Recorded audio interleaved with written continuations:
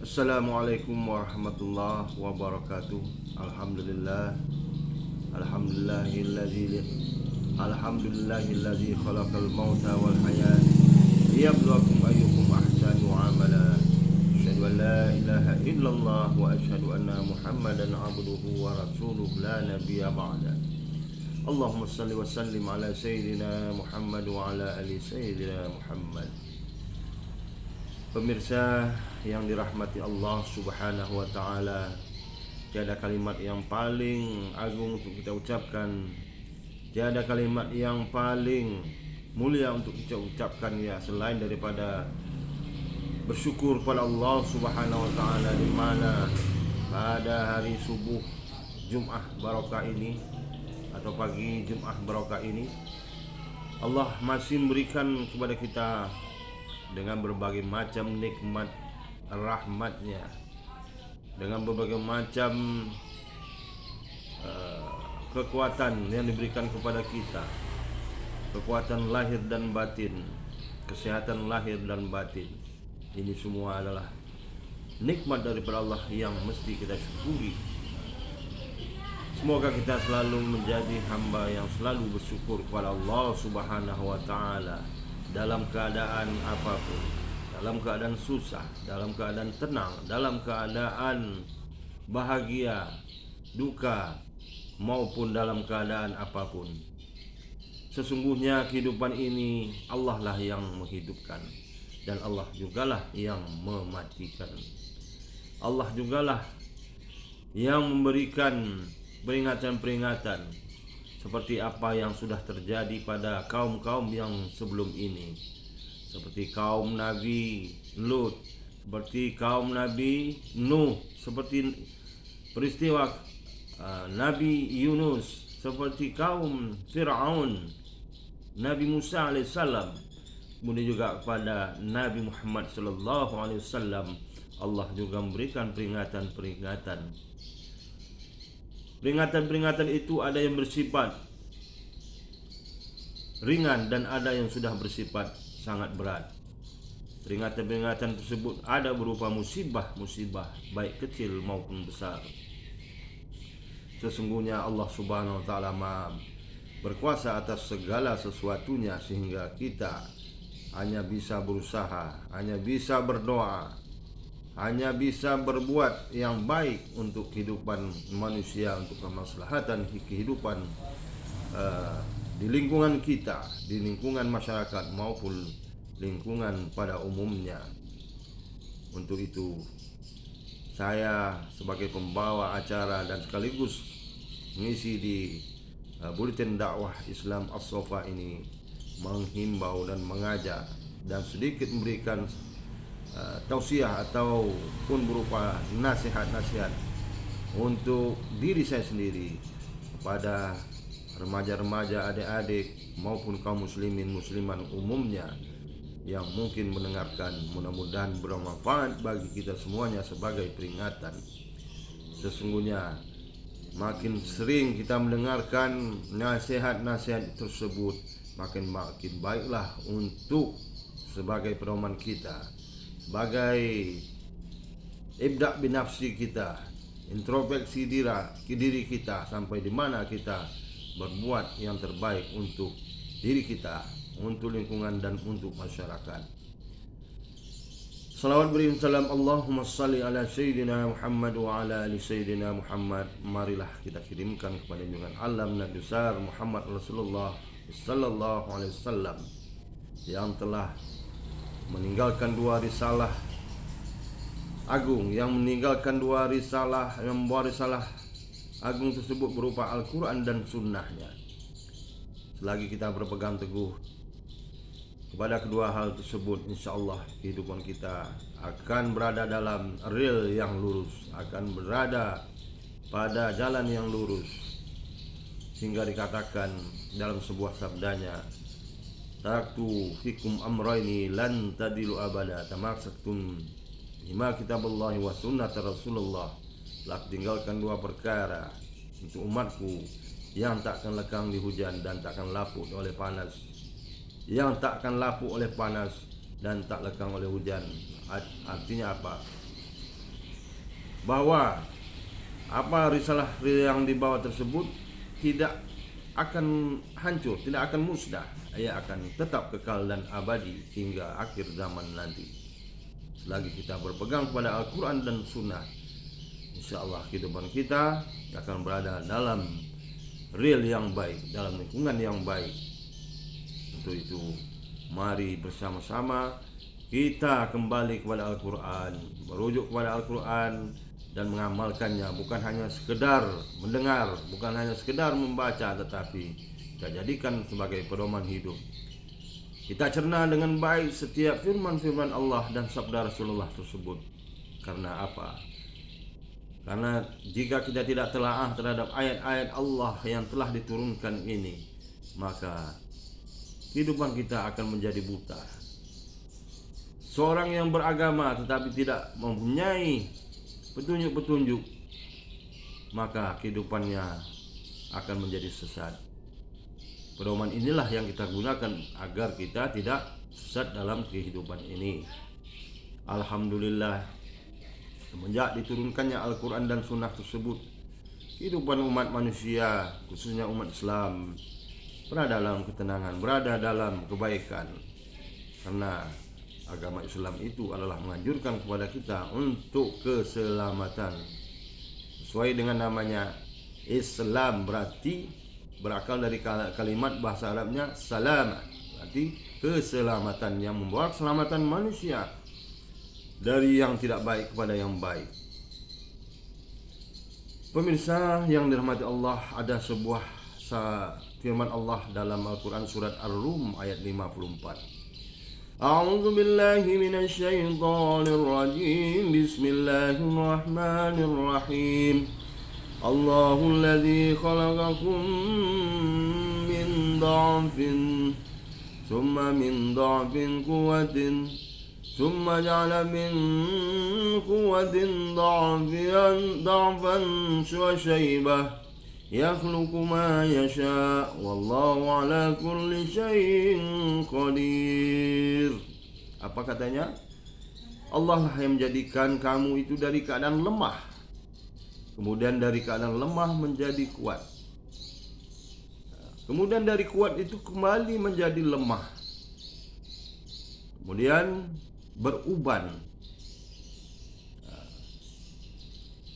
Kemudian Allah lah yang maha mengetahui atas segala sesuatunya, apa yang ada di langit dan bumi ini. Surat Ar-Rum ayat 54. Surat ini menerangkan kepada kita, memberikan peringatan kepada kita untuk menyadari bahwa kita ini pada dasarnya kita adalah dalam keadaan lemah. Manusia, makhluk yang diciptakan dalam keadaan lemah pada awalnya. Kita tidak punya kekuatan apa-apa ketika lahir dari rahim kedua orang tua kita. Apa yang hanya kita bisa lakukan? Hanya menangis. Hanya menangis pada waktu itu. Kemudian setelah itu kita berproses menjadi balita, berangsur-angsur mulai pandai merangkak, kemudian berangsur-angsur kemudian lagi menjadi merangkak, berjalan tertatih-tatih.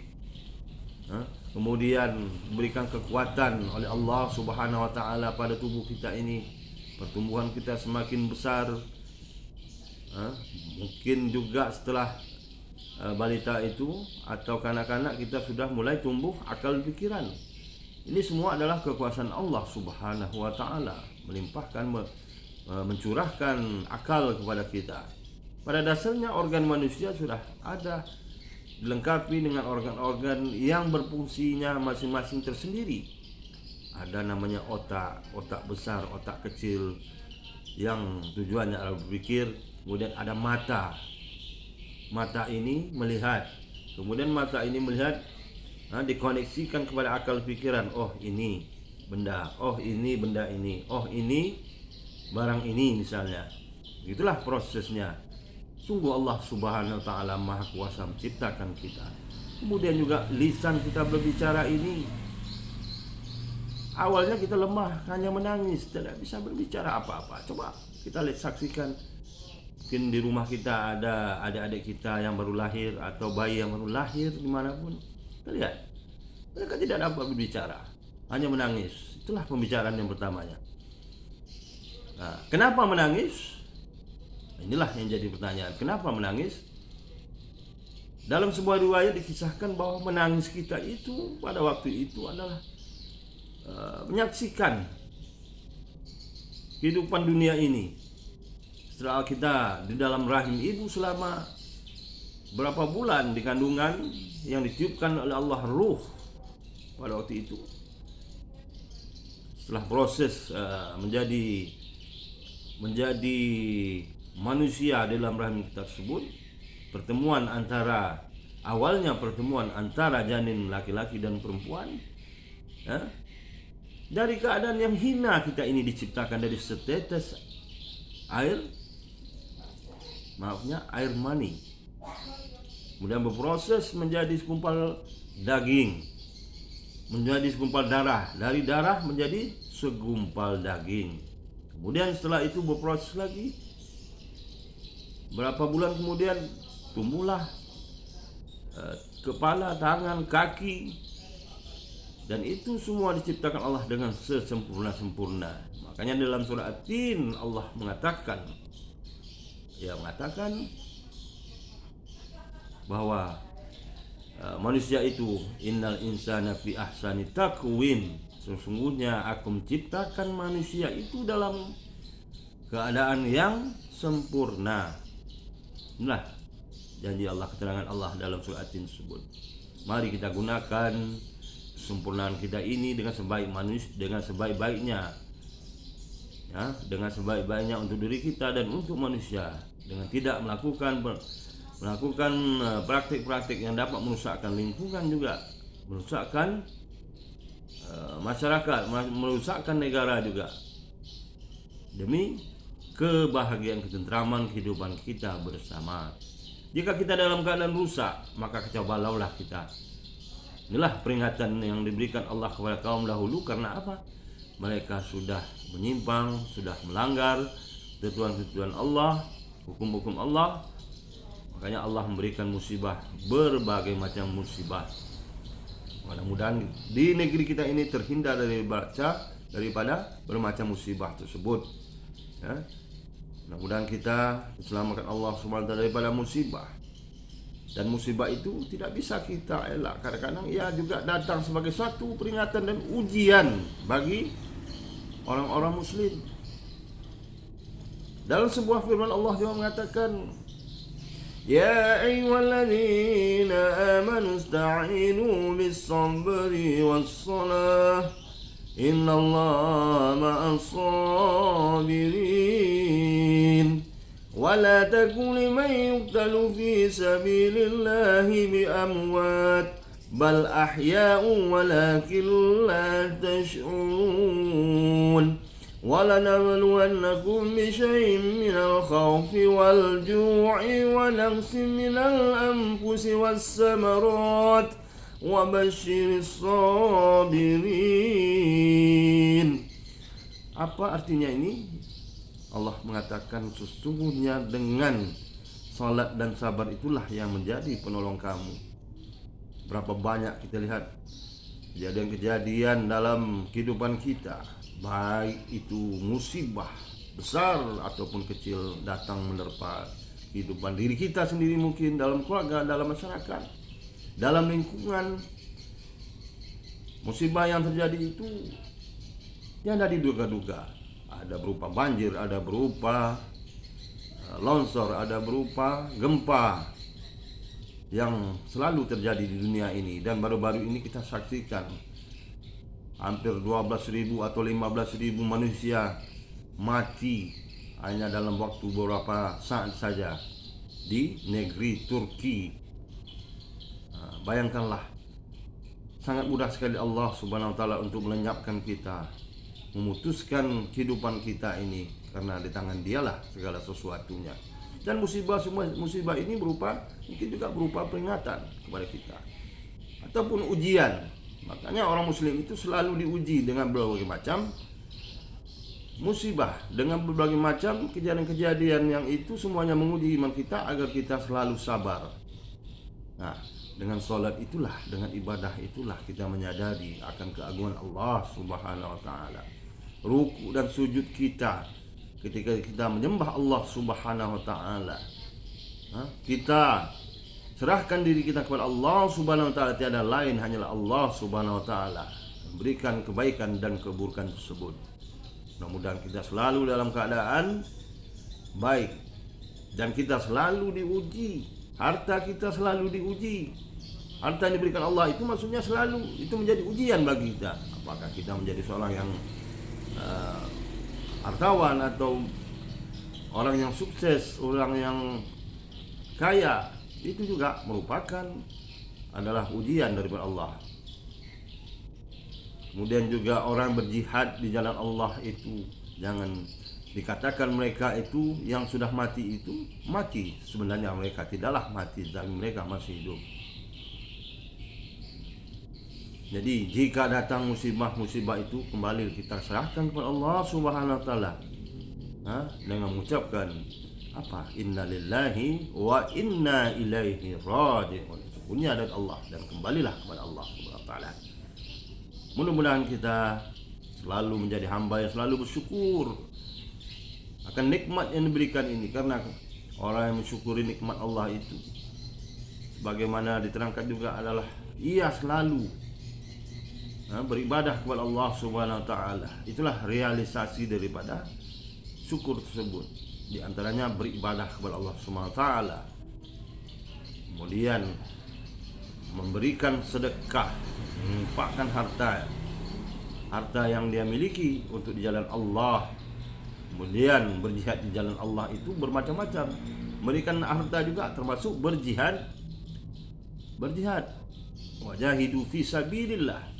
Membangun sebuah masjid mungkin, mempunyai dana yang besar dan kita kucurkan rezeki yang diberikan Allah kepada kita, atau kita sendiri membangun sebuah masjid atau sebuah pengajian atau sebuah madrasah, sebuah sekolah, itu adalah suatu bukti bahwa kita mensyukuri nikmat Allah Subhanahu wa taala untuk jihad di jalan Allah Subhanahu wa taala. Jadi jihad bukan hanya berperang, tapi banyak sekali contoh-contoh daripada jihad tersebut untuk kebaikan kemaslahatan umat manusia.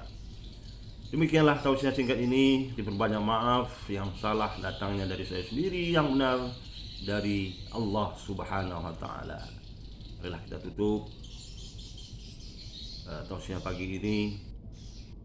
Mungkin baik bagi saya sendiri dan kebaikan bagi kita semua yang mendengarkan. Berbanyak maaf. A'udzubillahi minasyaitonirrajim. Bismillahirrahmanirrahim. Allahumma firli dzunubi wa Allahumma fir lana dzunubana wa liwalidayna warhamhuma kama rabbayani shaghira wa li jami'il mu'minina wal mu'minat wal muslimina wal muslimat al ahya'i minhum wal amwat tabi'ana wa billahum bi khairati wa antum khairur raziqin. Allahumma ja'alna fi qalbi nuran wa ja'alna fi sam'ina nuran wa ja'alna fi basarina nuran wa ja'alna fi fawqi nuran wa ja'alna fi imami nuran. Ya Allah, jadikanlah di hati kami ini cahaya, jadikanlah di dalam hati kalbu kami ini cahaya, di pandangan kami, di penglihatan kami juga cahaya kebaikan ya Allah, di belakang kami, di atas kami, di bawah kami ya Allah. Kemudian ya Allah, Allahumma arinal haqqa haqqan warzuqna ittiba'ah wa aril batila batila warzuqna tinabah. Ya Allah, yang baik itu datang dari Engkau, tunjukkan ya Allah, dan yang salah itu juga dari Engkau ya Allah, maka tunjukkanlah ya Allah yang hak itu benar dan yang salah itu tetap salah. Allahumma tahtim alaina bi husnil khatimah wa la tahtim alaina bi su'il khatimah. Ya Allah, matikanlah kami dalam keadaan husnul khatimah, dalam keadaan baik, dan janganlah matikan kami dalam keadaan tidak baik ataupun buruk. Ya Allah, Allahumma ja'alna, Allahumma tahlana abwabal khair wa abwabal barakah wa abwabas salamah wa abwabal quwwatah. Ya Allah, bukakanlah pintu kebaikan kepada kami, pintu surga bagi kami, pintu kebaikan bagi kami, dan rahmat bagi kami ya Allah. Rabbana taqabbal minna du'ana innaka antas samiul alim wa tub 'alaina innaka antat tawwabur rahim. Allahumma ja'alna minat tawabin wa ja'alna minal mutatahhirin. Ya Allah, Jadikanlah kami selalu hamba yang selalu membersihkan diri kami, hamba yang selalu bertaubat kepadamu ya Allah, selalu minta ampun kepadamu ya Allah. Wa sallallahu ala sayyidina Muhammadin wa ala alihi wa sahbihi wa rasulillahi ajma'in. Subhana rabbika rabbil izzati amma yasifun, wassalamun ala mursalin walhamdulillahi rabbil alamin. Subhanallah wa bihamdika anta asyhadu an la ilaha illa anta astaghfiruka wa atubu ilaik. Assalamualaikum warahmatullahi wabarakatuh.